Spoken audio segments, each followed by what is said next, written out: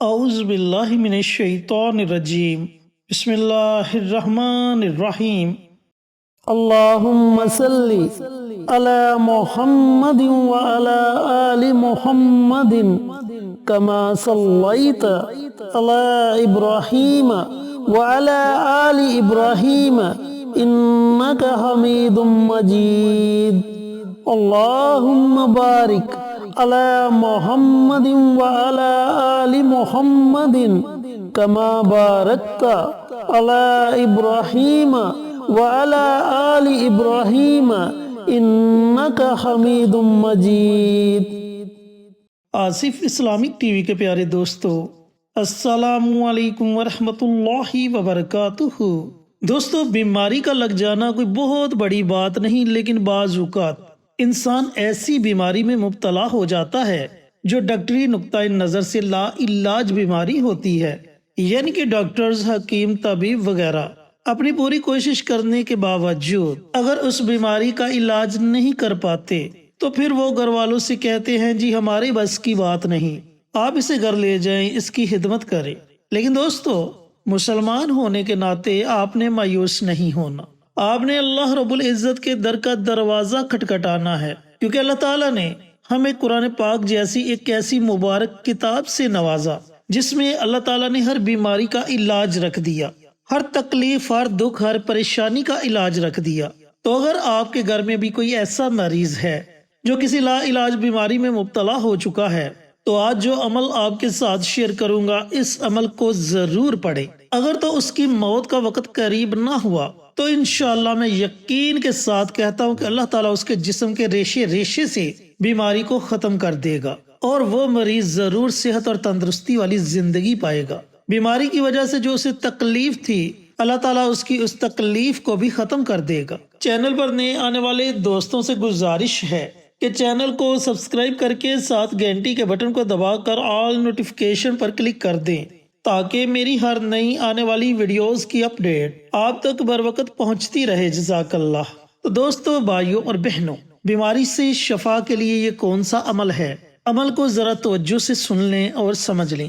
یہ عمل قرآن پاک کی سب سے پہلی سورت مبارکہ سورت فاتحہ اور اس کے ساتھ 6 قرآنی آیات جنہیں ہم آیات شفا کہتے ہیں، ان آیات کا عمل ہے۔ اب سورت فاتحہ کا دوسرا نام سورہ شفا ہے، یعنی کہ اس میں اللہ تعالیٰ نے ہر بیماری کی شفا رکھ دی۔ دوستو، سورت فاتحہ کی کل 7 آیات مبارکہ ہیں، جن میں سے پہلی 3 آیات مبارکہ میں اللہ رب العزت کی حمد و ثنا بیان کی گئی۔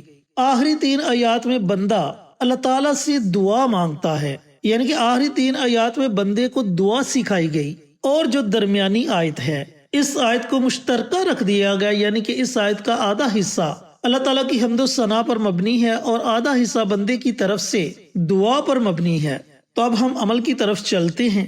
عمل آپ نے کیسے کرنا ہے، عمل کرنے کا طریقہ کار اچھی طرح سن لیں اور سمجھ لیں۔ دوستو، جب کوئی بندہ کسی مہلک بیماری میں مبتلا ہو جائے تو اس کے لیے کوئی بھی عمل کرنا بہت مشکل ہو جاتا ہے۔ تو بالفرض اگر مریض اتنی ہمت میں ہے کہ وہ یہ عمل خود کر سکتا ہے تو وہ یہ عمل خود کرے۔ اگر وہ یہ عمل خود نہیں کر سکتا تو اس کے گھر کا کوئی بھی فرد ایک ڈیوٹی سمجھ کر اس کی جان بچانے کے لیے، اسے بیماری سے شفا دلانے کے لیے یہ عمل، یہ وظیفہ پڑھے۔ کرنا آپ نے یہ ہے کہ آپ نے صبح کے وقت جب آپ نماز فجر ادا کر لیں، آپ نے پانی کی ایک بوتل لینی ہے۔ پانی کی بوتل کو لے کر آپ نے مریض کے پاس بیٹھ جانا ہے۔ اب جب آپ مریض کے پاس بیٹھ جائیں تو آپ نے سب سے پہلے پیارے آقا سرور کائنات حضرت محمد مصطفیٰ صلی اللہ علیہ وآلہ وسلم کی ذات اقدس پر 3 مرتبہ درود پاک کا نذرانہ پیش کرنا ہے۔ کوشش کریں کہ درود ابراہیمی پڑھا جائے۔ اگر درود ابراہیمی نہیں پڑھ سکتے تو کوئی بھی درود پاک آپ پڑھ لیں۔ اب جب آپ 3 مرتبہ درود ابراہیمی پڑھے تو اس کے بعد آپ نے 11 مرتبہ سورت فاتحہ کی تلاوت کرنی ہے، اور اس کے بعد آپ نے 11 مرتبہ آیات شفا پڑھنی ہے۔ 6 آیتیں مبارکہ ہیں، ان آیت مبارکہ کو آپ نے 11 مرتبہ پڑھنا ہے۔ تمام آیات کو اکٹھا پڑھ کر آپ نے ایک تصور کرنا ہے۔ اس طریقہ کار سے آپ نے 11 مرتبہ ان 6 آیات مبارکہ کو پڑھنا ہے۔ 11 مرتبہ سورت فاتحہ پڑھنی ہے اور 11 مرتبہ آیات شفا کو پڑھنا ہے۔ جب آپ یہ وظیفہ مکمل کر لیں یعنی کہ 11 مرتبہ سورۃ فاتحہ اور 11 مرتبہ آیات شفا پڑھ لیں تو آخر میں آپ نے پھر نبی کریم صلی اللہ علیہ وآلہ وسلم کی ذات اقدس پر 3 مرتبہ درود پاک کا نذرانہ پیش کرنا ہے، اور اس کے بعد جو پانی کی بوتل آپ نے اپنے پاس رکھی ہوگی، پانی کی اس بوتل پر آپ نے دم کر دینا ہے، اور ساتھ آپ نے مریض پر بھی دم کر دینا ہے۔ اب اس پانی کا استعمال آپ نے اس طریقے سے کرنا ہے کہ مریض کو جب بھی پیاس لگے تو آپ نے مریض کو پینے کے لیے اسی بوتل میں سے پانی دینا ہے۔ اگر مریض میڈیسن کھانے لگے تو میڈیسن کھانے کے لیے بھی اسی پانی کا استعمال کریں، پانی کم ہو جائے تو اس میں اور پانی ملا لے۔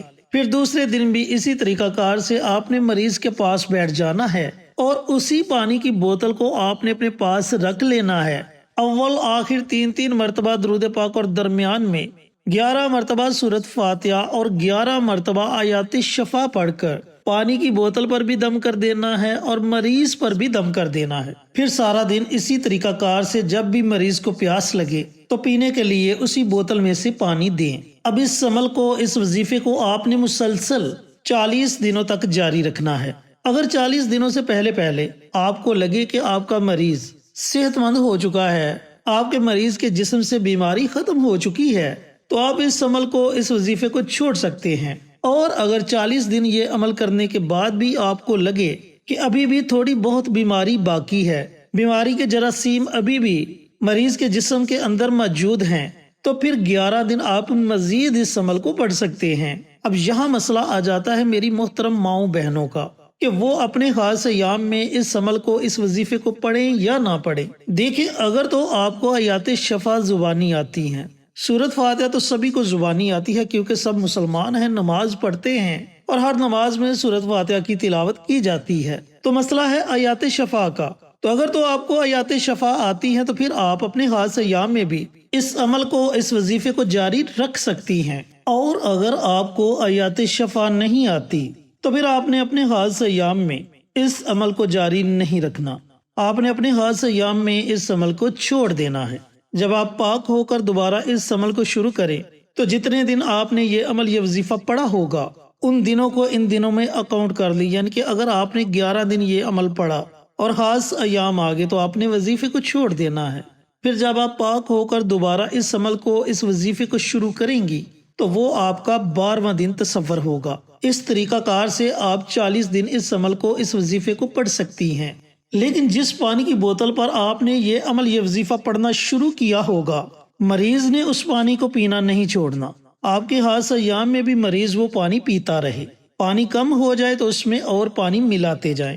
اس طریقہ کار سے اگر آپ یہ عمل، یہ وظیفہ پڑھتے ہیں تو میں 100% گارنٹی کے ساتھ کہتا ہوں کہ اللہ رب العزت مریض کو ہر طرح کی مہلک بیماری سے صحت اور تندرستی والی زندگی عطا فرمائے گا۔ اللہ رب العزت سے دعا گو ہوں کہ اللہ پاک ان لوگوں کو یہ عمل، یہ وظیفہ پڑھنے کی توفیق عطا فرمائے جو کسی مہلک بیماری میں مبتلا ہو چکے ہیں، اور صدقہ جاریہ سمجھ کر دوسروں کے ساتھ شیئر کرنے کی توفیق عطا فرمائے تاکہ آپ کے ساتھ ساتھ دوسرے لوگوں کا بھی فائدہ ہو سکے۔ انشاءاللہ پھر کسی نئی ویڈیو کے ساتھ، اچھے وظائف کے ساتھ آپ کی خدمت میں حاضر ہوں گے۔ تب تک کے لیے اجازت دیں۔ السلام علیکم ورحمۃ اللہ وبرکاتہ۔